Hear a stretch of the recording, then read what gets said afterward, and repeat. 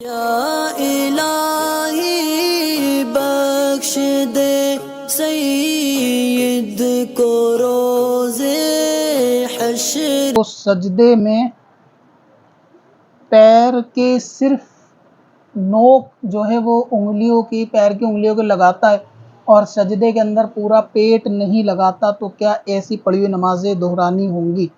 تو اگر یہ غلطی اتنی کامن ہے سجدے کے اندر کہ اگر آپ نمازیوں کو دیکھو گے تو اکثر ایسے آپ کو مل جائیں گے. اگر جمعے کی بات کریں تو 100 میں سے 30 نمازی یعنی 30% ایسے ملیں گے کہ جو اس غلطی کو کر کے اپنی نماز کو برباد کرتے ہیں اور نمازوں کو قضا کرتے ہیں، اور قیامت میں ایسی نمازیں ان کے منہ پر مار دی جائیں گی، بلکہ یہ قبول ہی نہیں ہے. اس قسم کی غلطیاں ہیں، اور یہ اتنی چھوٹی چھوٹی باتیں ہیں کہ جو بندہ صرف نماز کے مسائل سیکھنے اور جاننے سے اس کو سیکھ سکتا ہے، یا طہارت کے مسائل جاننے سیکھنے سے اس کو سیکھ سکتا ہے، لیکن بندوں کے پاس اس کا وقت نہیں ہوتا. کیونکہ انڈیا کے اندر سارے ملینئر بلینئر مسلمان نوجوان ہیں کہ جو واٹس ایپ کے اوپر اپنا کروڑوں کا بزنس کر رہے ہوتے ہیں، لیکن ان کو توفیق الہی نہیں ہے کہ وہ مسجد میں جا کے روز کے 10-15 منٹ امام کے پاس بیٹھ کر جو ہے وہ یہ نماز کے وضو کے مسائل کو سیکھیں. اور بعض اہل علم کو بھی یہ گوارا نہیں ہوتا کہ وہ جمعے کے اندر اس قسم کے مسائل کو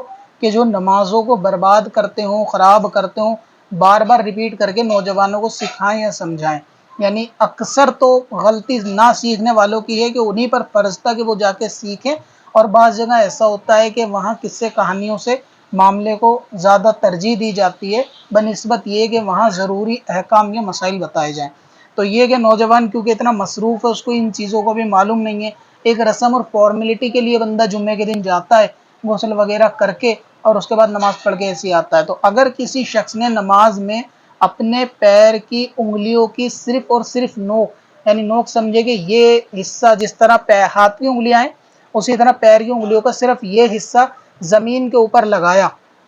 اس طرح سے زمین کے اوپر ٹچ کرا اور اس کو موڑا نہیں، تو ایسی صورت میں اس کی نماز نہیں ہوگی. یعنی یہ نماز قضا کے حکم میں چلی گئی. یہ فرض بھی اس کا ادا نہیں ہوا، کیونکہ کم سے کم ایک انگلی کا سجدے میں پیٹ کا لگانا فرض ہے کہ جس سے باقی نماز سجدے کی فرضیت ادا ہو جائے. یعنی ناک کی ہڈی یا پیشانی کی ہڈی لگنے والی فرضیت ادا ہو. تو اسی طریقے سے 3 انگلیاں کم سے کم لگانا یہ واجب ہے. تو اگر جتنے بھی نوجوان اس طرح سے انگلی رکھ کے نماز پڑھتے ہیں، پیر کی انگلی خاص طور سے،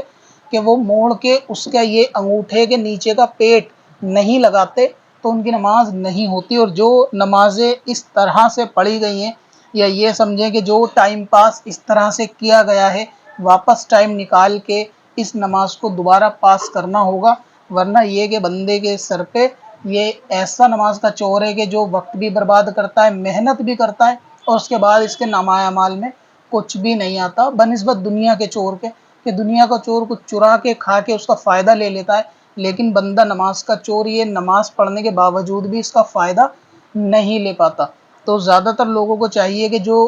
جن کا جو کانٹیکٹ رہتا ہے اہل علم کے ساتھ اٹھنا بیٹھنا، یا جن کے یاروں دوستوں کا طبقہ ایسا ہے کہ جو مسائل کے اندر جو ہے وہ دلچسپی لیتے ہیں، ان کو بھی چاہیے کہ اپنے دوستوں کو اس مسائل سے آگاہ کرائیں جو نماز کے ضروری مسائل ہیں، کہ نماز میں اس چیز کا خیال رکھنا چاہیے. کسی کو دیکھیں تو بتائیں. مسجدوں کے اندر اس قسم کے اشتہار وغیرہ یا بورڈ وغیرہ کا سلسلہ ہو، یا ایسی کوئی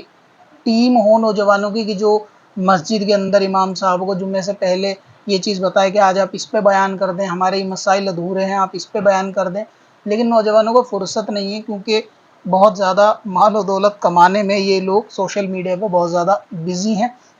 اس لیے ان کو سیکھنے کا ٹائم نہیں ہے. تو اگر 10 سال 5 سال کسی نے اسی طرح نمازوں کو برباد کر لیا تو وہ نمازیں اس کو پھر سے دہرانی ہوں گی توبہ کے ساتھ، اور ظاہر سی بات ہے اس کا کچھ کفارہ بھی اپنے مال سے بندہ توبہ کے ساتھ ساتھ ادا کر دے. اب اپنی ویب سائٹ بلاگ کے لیے ہوسٹنگ خریدیں قادری-hosting.com سے اور پائیں سب سے سستی SSD اور کلاؤڈ ویب ہوسٹنگ،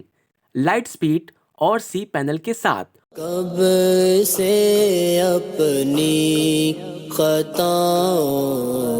کا شمارا جائے گا.